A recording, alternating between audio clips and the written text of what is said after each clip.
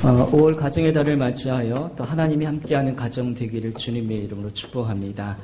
예수 믿는 가정이 복된 가정인 줄 믿으십니까? 아멘. 옆에 분께 한번 인사하실까요? 예수 믿는 가정이 복된 가정입니다. 라고 인사합니다. 예수 믿는 가정이 복된 가정입니다. 할렐루야. 아멘.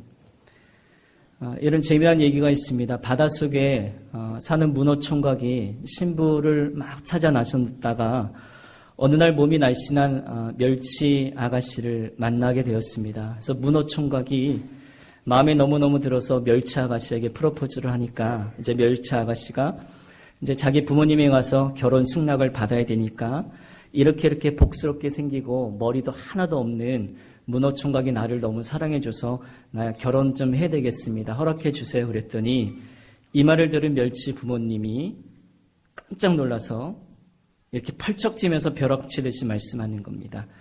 얘야, 우리 집안은 뼈대 있는 가문이다. 그럼 뼈대 없는 집안에 너를 어떻게 시집 보내니?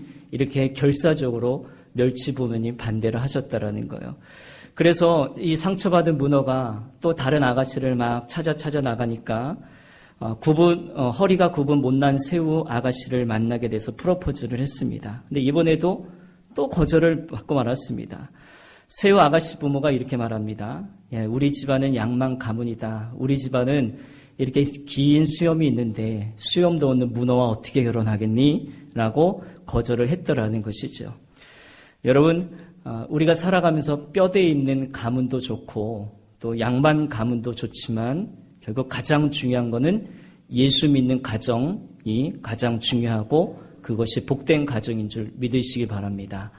여러분, 우리 성도들이 그래서 어떤 상황이나 곤란한 문제가 있더라도 우리는 두려워할 필요가 없습니다. 왠가 하면 우리 하나님이 우리와 함께 하시기 때문이다. 이 믿음만 우리가 잘 가지고 있다면 우리가 두려워할 필요가 없더라는 거예요.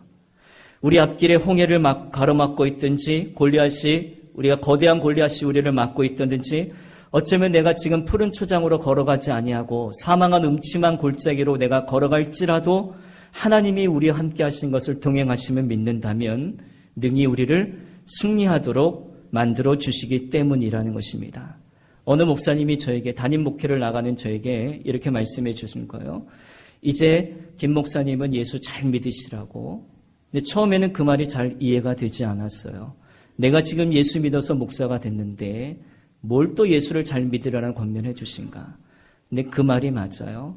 예수를 잘 믿어야 내가 목회를 할 수 있고 예수를 잘 믿어야 목사로 살아갈 수 있다는 것입니다. 마찬가지로 여러분도 예수님을 믿되 정말로 예수님을 잘 믿어드리는 여러분 되시기를 간절히 소원합니다. 저는 성경을 붙들고 사는 목사로서 늘상 설교 준비를 하면서 개인적으로 마음을 가장 많이 쏟는 부분이 내용이 어떠한가, 또 이 단어가 주는 의미가 무언가, 또 이 시대의 단어의 뜻은 무엇인가라는 것을 여기기보다는 거기에 담겨진 하나님의 마음이 어떠한가. 그래서 그것에 집중하면서 하나님의 마음이 어떠한 것을 읽어내고 그러므로 설교를 준비하면서 저 개인적으로는 많은 축복을 먼저 누리게 됩니다.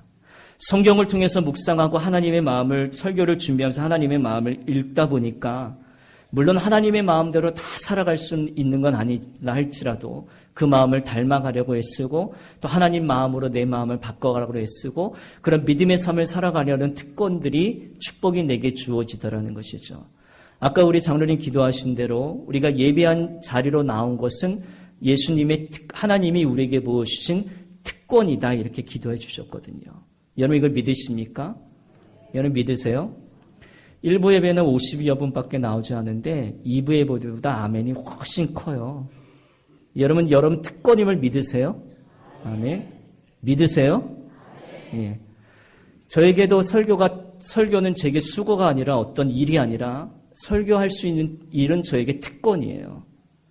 기름 부은 자로 목사로 특권을 가진 게 아니라 하나님이 내게 주신 특권이에요. 그래서 저는 그 특권을 누리면서 이 성경 안에서 말씀하시는 하나님의 마음을 늘 묵상하고 캐치하고 이 말씀을 나누다 보니까 결국 우리가 믿음 생활을 할 수 있으면 나가게 되다는 것이죠. 오늘 찬양대도 마찬가지고 반주하시는 두 분 선생님도 마찬가지지만 이것이 재능을 가졌다고 해서 내가 누리는 수고가 아니라 이것은 이분들만의 특권이라는 거예요. 이 특권 가운데 찬양을 연습하고 찬양을 올려드리는 가운데 하나님이 부어주시는 또 다른 은혜가 있더라는 거예요. 그래서 봉사라는 거예요. 그래서 찬양하라는 거예요. 그래서 하나님을 섬기라는 거예요.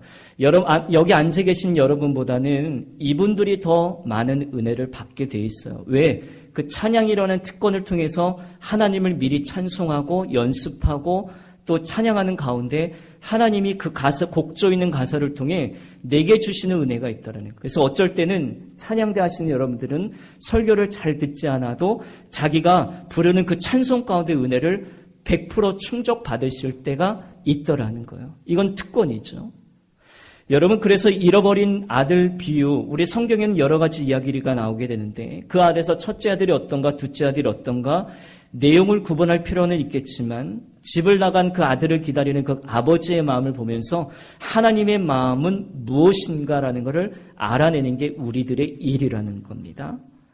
예수님께서 사마리아 우물가에 있는 아무도 없는 땡볕 가운데 우물을 기르러 오는 사람들의 눈을 피해서 그리러 오는 그 여인을 만나주신 의미, 또 가늠한 여인을 용서해 주시고 가늠한 여인을 만나 주셨을 때 우리는 그 사건 속에서 하나님의 마음을 읽어낼 수 있는가?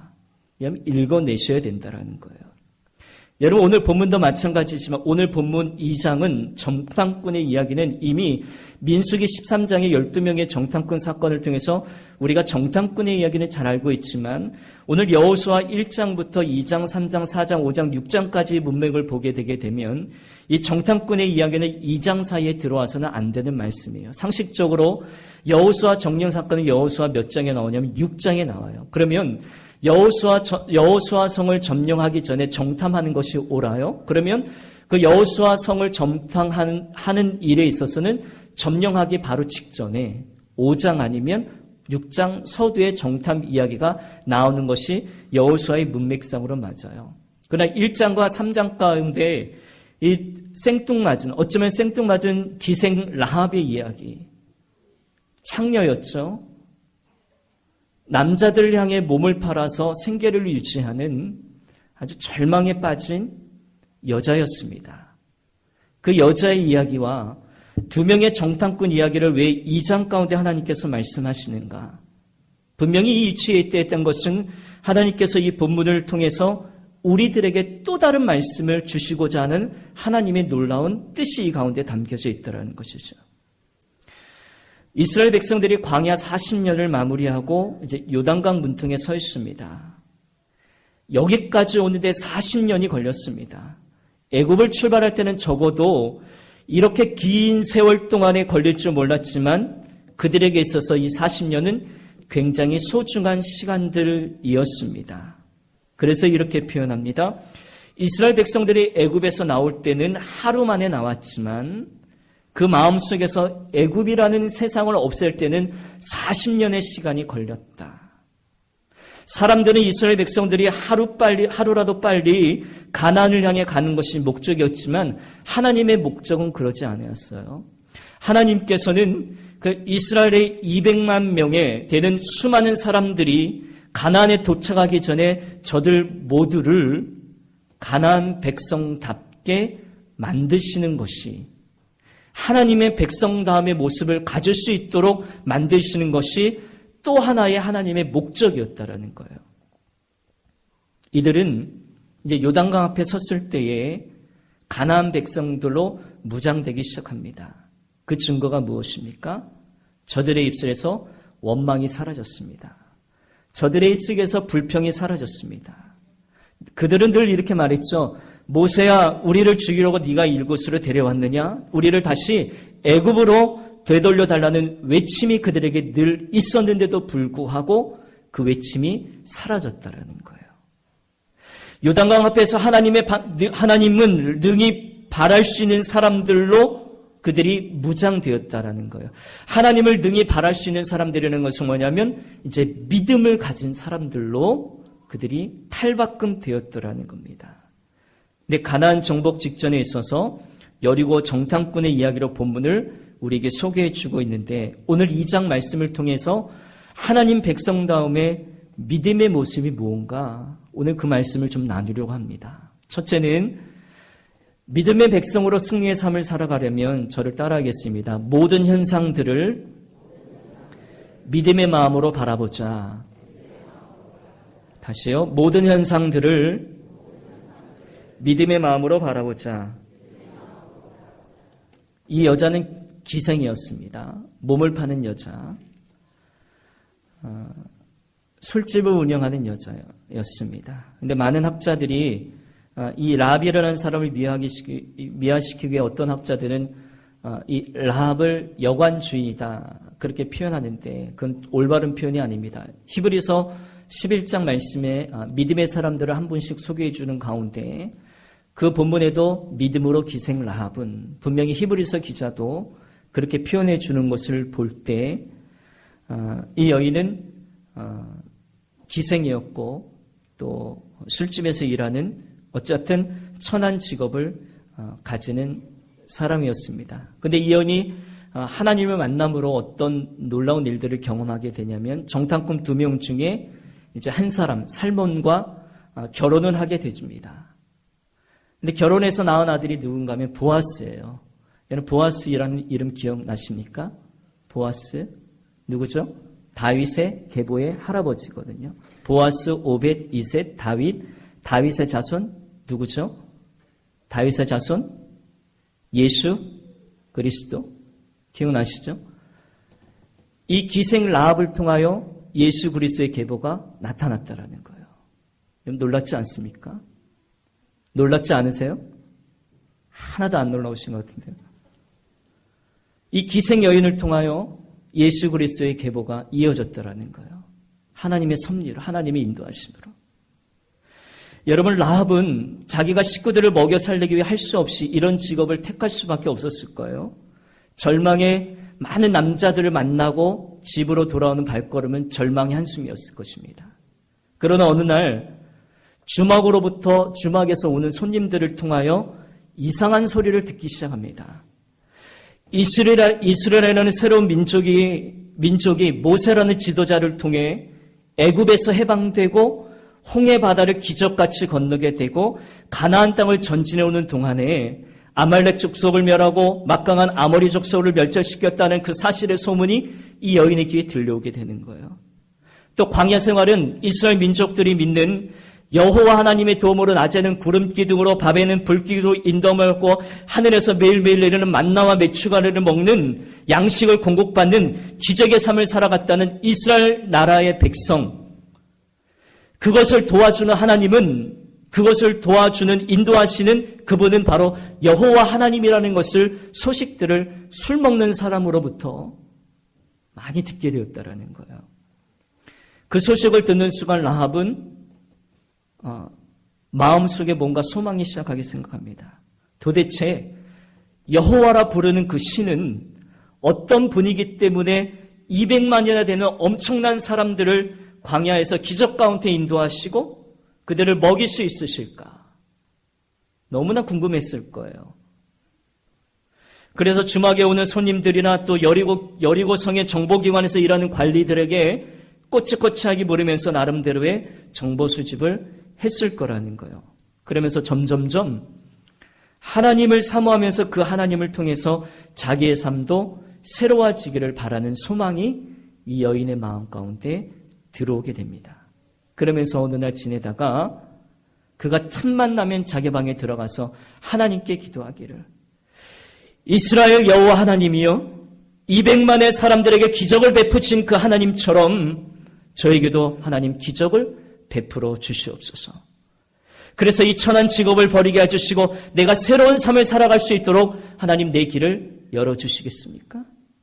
열어주옵소서. 안타까이 그녀는 기도했을 거랍니다. 어느 순간부터 하나님이 무엇인가 세계를 열어주실 것이라는 희망의 빛이 그녀의 마음 가운데 고이기 시작했을 거예요. 기도한다는 뭐예요? 하나님을 바라본다는 의미가 담겨져 있는 거거든요. 그래서 라합은 믿음으로 기도한 대로 하나님은 그녀에게 큰 역사를 베풀어 주신 것입니다. 라합의 가족은 여리고성이 멸망당할 때에 유일하게 구원받은 한 가정이에요.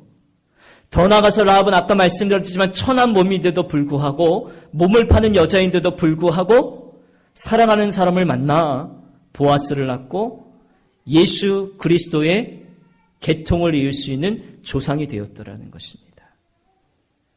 하나님은 여리고성 한 귀퉁이에서 간절하게 들리는 그 믿음의 소리의 기도를 들으시고 그 주인공을 찾아서 하나님이 응답의 역사를 이루어 가시더라는 거예요. 사랑하는 성도 여러분, 저는 오늘 이 아침에 여러분에게 간절히 소원합니다. 정말 믿음의 마음으로 바라보면서 하나님이 나와 함께 하신다는 것을 꼭 믿으시는 여러분 되시길 주님의 이름으로 축원합니다. 마음의 자세에 따라 우리의 인생이 달라집니다. 어떤 분들은요, 목사님 그건 안 돼요. 그건 할 수 없어요.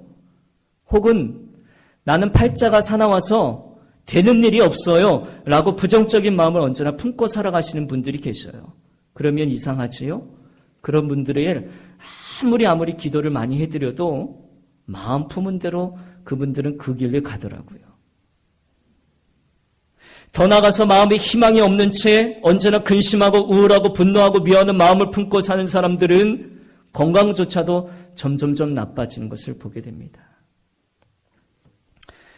로버트 슐러 목사님의 처남이 있었습니다. 이분은 18살 때 벌써 아이오와주 슈카운트에서 제일 가는 수석 바이올린 연주가가 되었다는. 근데 어느 날 아버지가 경영하는 대장간에 놀러 갔다. 그만 그 쇠 불똥이가 왼손에 이렇게 딱 떨어져서 내 손가락이 다 날아갔대요. 그러니까 엄지손가락만 남았는데 이제는 바이올린을 할 수 없는 불구가 되었습니다.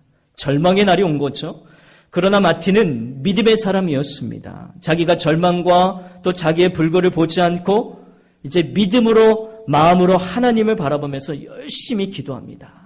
어떻게 헤쳐나가게 됩니까? 기도하기 시작할 때 그때 하나님이 그 마틴에게 새로운 용기와 길을 주셨다라는 겁니다. 손을 바꾸어서 연주하면 되지 않겠니? 라는 지혜를 주셨대요. 그래서 그때부터 다시 연습했대요. 그 떨어진 손으로는 손가락이 없는 엄지손가락 남은 손 다시 활을 잡고 온전한 손으로는 이 현을 잡아서 다시 연주를 연습하기 시작했다라는 겁니다. 그래서 다시 뛰어난 연주가가 되어 그 교향악단의 또 수색 바이올리니스트가 되었다는 겁니다. 그는 그렇게 말합니다. 내가 불구자라고 생각하기까지는 결코 내가 불구자가 아니다라는 것을 그는 고백하고 있더라는 겁니다. 사랑하는 성도 여러분, 때로는 저희들이 환경이 어려울 수도 있고 지금 사망의 음침한 골짜기로 다닐 수도 있습니다. 그러나 그런 환경이나 불리한 조건들을 바라보지 마시고 오직 소망의 창을 열고 믿음으로 마음으로 하나님을 바라보며 기도하는 여러분 되시길 간절히 소원합니다. 두 번째, 저희들 하나님 백성다움의 모습을 가지려면 믿음의 말을 해야 됩니다. 한번 따라합니다. 믿음의 말을 해야 합니다. 예. 여러분 오늘 본문은 24절까지의 내용인데 시간 관계상 다 읽지는 않았지만 여러분 본문 그 이후에 9절과 10절 말씀을 이 시간 다시 한번 읽겠습니다. 라합이 이제 믿음을 마음으로 품고 있는 것만 끝나지 않았어요. 그 입으로 믿음을 나타난 내용이 9절과 10절. 라합이 정탐꾼들에게 말씀하는 내용입니다. 같이 읽습니다. 시작. 우리가 너희를 심히 두려워하고 이 땅 주민들이 다 너희 앞에서 간담이 녹나니 이는 너희가 애굽에서 나올 때에 여호와께서 너희 앞에서 홍해 물을 마르게 하신 일과 너희가 요단 저쪽에 있는 아모리 사람의 두 왕 시온과 옥에게 항한 일 곧 그들을 진면시키는 일을 우리가 들었음이니라. 아멘. 아멘. 놀라운 것은요, 9절 말씀에 이 땅을 너에게 주신 줄 내가 아노라. 이 말은 누가 한 거예요? 라합이 정탐꾼들에게. 기생 라합이 놀라운 믿음의 말을 선포해요. 이 땅을 너희에게 주신 줄 내가 아노라. 가나안 땅 여리고성에 있는 기생 라합이 이 고백을 듣대요. 놀랍지 않습니까? 아니 어떻게 이런 천한 기생의 입에서 이런 엄청난 믿음의 고백이 나올 수 있느냐는 겁니다. 누가 가르쳐준 것도 아닌데 어떤 신문이나 라디오를 통해서 들은 것도 아닌데 온갖 소문이 난무하고 온갖 음담패설이 난무하는 이 주막에서 퍼지는 그 소리에 장사꾼이나 여행객을 통해서 이 소리가 전달될 것인데 이 여인이 믿음으로 선포하는 거예요.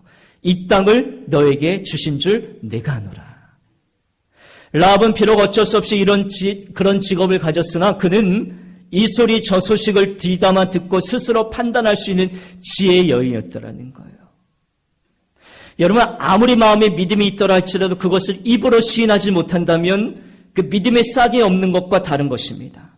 여러분, 이런 말이 있습니다. 마음은 기관실과 같다. 그러면 생각은 선장과 같고 말은 배의 키와 같다는 말이 있습니다. 아무리 거대한 배라 할지라도 배의 기수가 작은 운동대를 가지고 왼쪽으로 돌리면 왼쪽으로, 오른쪽으로 돌리면 오른쪽으로 움직여 가는데 이처럼 말이 배의 키와 같더라는 거예요. 어떤 분은 적극적인 말을 하죠. 잘 돼갑니다. 반드시 성공할 겁니다. 할 수 있습니다. 놀랍지요? 그 마음이라는 기관실이 할 수 있다는 방향을 향해 점점 움직여 가더라는 겁니다. 어느 사람은 부정적인 말이 늘 입에서 떠나지 않습니다. 나는 되는 것마다 실패합니다. 남편 복 없는 내가 어떻게 자녀 복도 받아가며 살 수 있겠어요? 죽지 못해 그저 살아갑니다라고 말합니다. 그러면 그 마음도 부정적인 쪽으로 덜커덩 하고 움직여 갑니다. 다시 말해 내가 부정적인 말을 하게 되면 부정적인 삶에 얽혀 살게 되게 됩니다. 여러분 성도들은 언제나 믿음의 말을 해야 되는 것, 믿음의 말을 선포해야 되는 것을 저들이 습관적으로 해야 됩니다. 믿음의 말로 하나님의 영광을 보게 되려면 우리의 마음과 생각을 바로 믿음으로 가득하게 채우셔야 된다는 거예요. 이제 우리가 하나님이 반드시 계신 것과 하나님을 찾는 우리에게 크고 비밀한 역사를 허락하신다는 그 믿음을 마음에 심는다면 이제 그 심은 그 믿음이 우리의 생각과 마음을 온전히 채워줄 수 있도록 우리가 해야 된다는 겁니다. 우리가 때로 하나님의 말씀으로 감동을 받고 감화를 받게 되게 되면 당장 믿음이 기적이 일어날 것 같은 흥분에 들뜨는 거예요. 야, 이제 뭔가 되겠다. 뭔가 역사가 일어나겠다. 내가 한번 안수기도 받으면 그렇게 되겠다라고 해서 무언가를 시도를 해보게 됩니다. 하지만 그것이 기대한 대로 되지 않아서 크게 실망하고 낙담하게 되는 거예요. 뭔가 문제일까요? 뭐가 문제일까요? 여러분, 우리 충청도 지역, 이제 당진 지역을 보시면 여러분 아시겠지만, 저 위쪽으로 다 이제 아산만 방주제가 있고, 이제 삽교 방주제가 있고, 그 다음에 뭐가 있죠? 뭐가 있죠? 성문 방주제 있고, 그 다음에 뭐 있죠? 뭐 있죠? 대호 방주제가 있어요.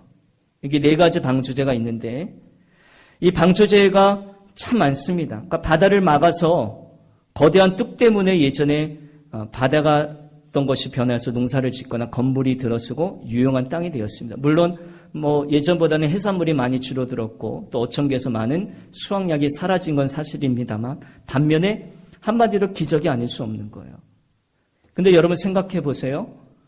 그 4개나 되는 거저한 방조제를 메꿀 때에 그 기적이 딱 한 대의 트럭에 싣는 흙으로 이루어진 일입니까? 그렇지 않아요. 하루아침에 그것이 일어난 기적 아니지 않습니까?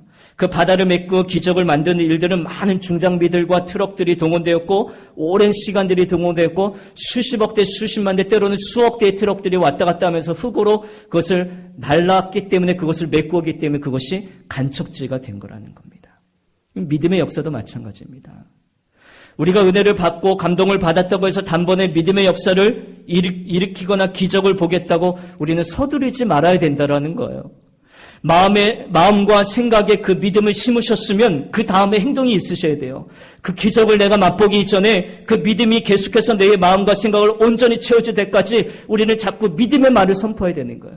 하나님께서 이 땅 가운데 이루실 것이라는 것을 전능하신 하나님을 우리의 믿음의 말로 선포하며 신앙 고백이 우리 가운데 이루어질 때에 그리고 믿음의 행동이 이루어질 때에 그 기적이 이루어지는 거예요. 여러분 한 번에 은혜 받았다고 한 번에 안수기 받았다고 한 번에 예배를 드렸다고 믿음의 기적이 우리에게 이루어진다라는 그 착각 가운데 서두르면서 나가야 된다는 것은 아니다라는 거예요. 하나님의 선하신 손길이 함께 하심을 느낄 때까지 계속해서 우리의 마음과 생각에 믿음의 선포를 쏟아 부으셔야 되더라는 겁니다. 여러분 세상을 이기는 사람이 누굽니까? 이 세상을 지배하며 나가는 사람이 누굽니까? 바로 예수께서 하나님의 아들 되심을 믿는 사람이 아니겠습니까? 세상을 이기는 믿음도 이제 살아계셔서 우리 가운데 역사하시는 그 하나님을 잘 믿어드리는 사람이 바로 세상을 이기는 사람이 되게 됩니다. 누가 기적의 주인공이 될 수 있습니까? 누가 세상을 이기는 사람입니까?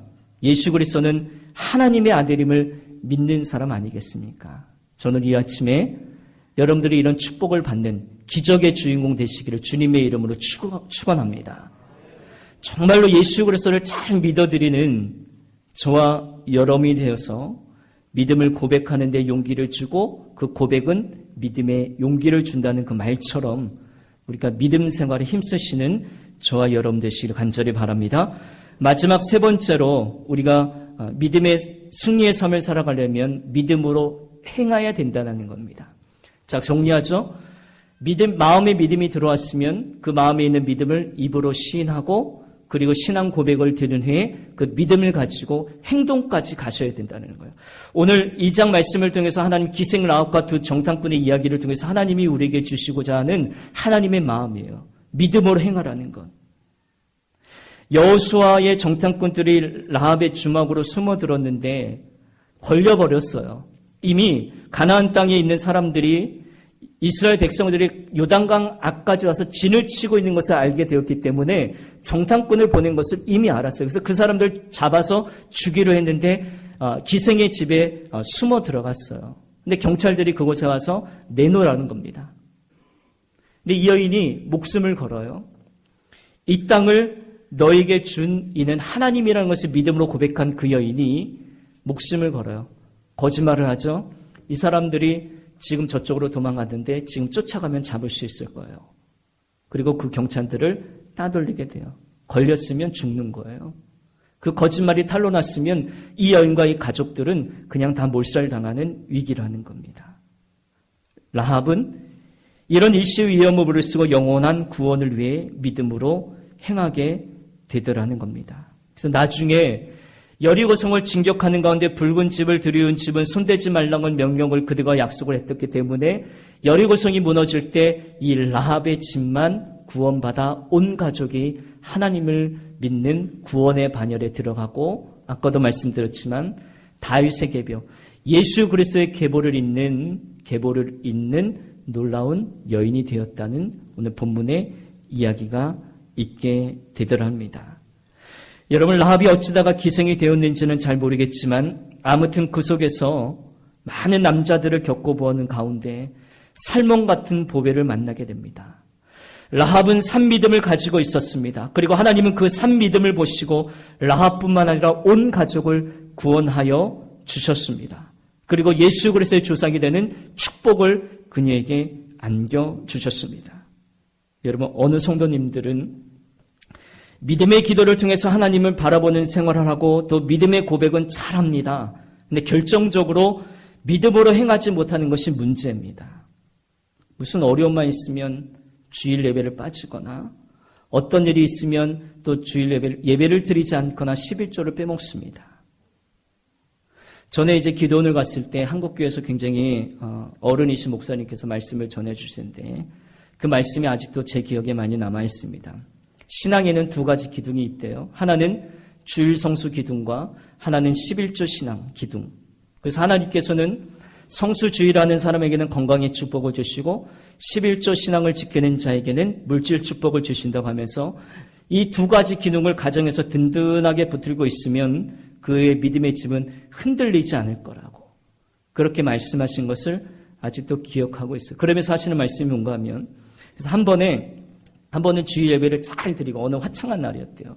주일 예배를 잘 드리고 목사님이 주일 예배를 마치고 이제 교회 마당을 지나가는데 두 청년이 남자 청년이 이제 주일 예배를 마치고 교회 마당에서 이야기하는 것을 이렇게 지나가다가 듣게 되셨다라는 거예요. 근데 한 아이가 이렇게 얘기하는 거예요. 야 오늘은 예배 드리기엔 너무너무 아까운 날씨다. 한 아이가 이렇게 말하는 것을 목사님이 듣고 충격을 받으셨대요. 근데도 나중에 그 충격을 받고 기도하시다가도 위로를 받은 건 그래도 그 아이가 이 교회에 나와서 예배를 드리고 또 간이 그것이 감사하다 그렇게 위로를 하셨다라는 겁니다. 그 청년이 어느 권사님 아들인데 마지못해 교회는 나왔지만 너무 좋은 날씨를 보니까 놀러 가지 못한 것이 한이 되었던 것 같아요. 야, 오늘 예배드리기에 너무 날씨가 아깝다. 여러분 혹시 우리의 믿음의 행함이 이런 고백 아니십니까? 예배드리기에 너무 아까운 날씨래요. 주님 보시기에 그 고백이 얼마나 답답하시겠어요? 얼마나 안타까우시겠어요? 하나님은 화창한 봄날을 주시고 화창한 날씨를 주셨는데 그 날씨를 보면서 예배드리기 아깝대요. 가장 좋은 것을 하나님께 우리가 드려도 시원치 않은 반면에 여러분 그렇지 않습니까? 예전에 우리 어르신들, 우리 부모님도 그랬거든요. 믿음을 가지시면 좀 깨끗하고 주중에 깨끗하고 빳빳한 돈은 다른 봉투에다 이렇게 구별하여 주일날 그것을 드리고 그리고 저희 어린 자녀들에게 또 구별하여 빳빳한 1,000원짜리 또 돈을 주시면서 헌금하라고 가르치셨던 부모님들의 모습들이 우리 예전에는 많이 봤고 많이 기억했더라는 겁니다. 하나님께 가장 좋은 것을 드리는 그 믿음의 행위, 오늘 여호수아 2장의 말씀을 통해 우리에게 주시고자 합니다. 여러분 우리는 어떠한 어려움이나 난관이 있을지라도 여러분 믿음으로 행할 수 있기를 주님의 이름으로 축복합니다. 무엇보다도 신앙의 두 줄기, 11조와 주일 성수하는 것, 꼭 실천하는 산 믿음을 하나님께 보여드림으로 하나님께서 저희들에게 또한 그 산 믿음을 저희들에게 봐주시고 큰 도움을 저희들에게 베풀어 주실 줄로 믿으시길 바랍니다. 사랑하는 성도 여러분, 무슨 문제와 무슨 난관을 만나든지 거기에 얽매이지 마시고 믿음의 눈으로 우리를 도와주시는 그 하나님을 바라봄으로 믿음의 고백을 드림으로 다음의 결과는 하나님께 전적으로 온전히 맡기고 믿음으로 행하시는 여러분 되셔서 이 세상 가운데 담대하며 승리하는 믿음의 백성 되시기를 주님의 이름으로 축원합니다. 기도하겠습니다.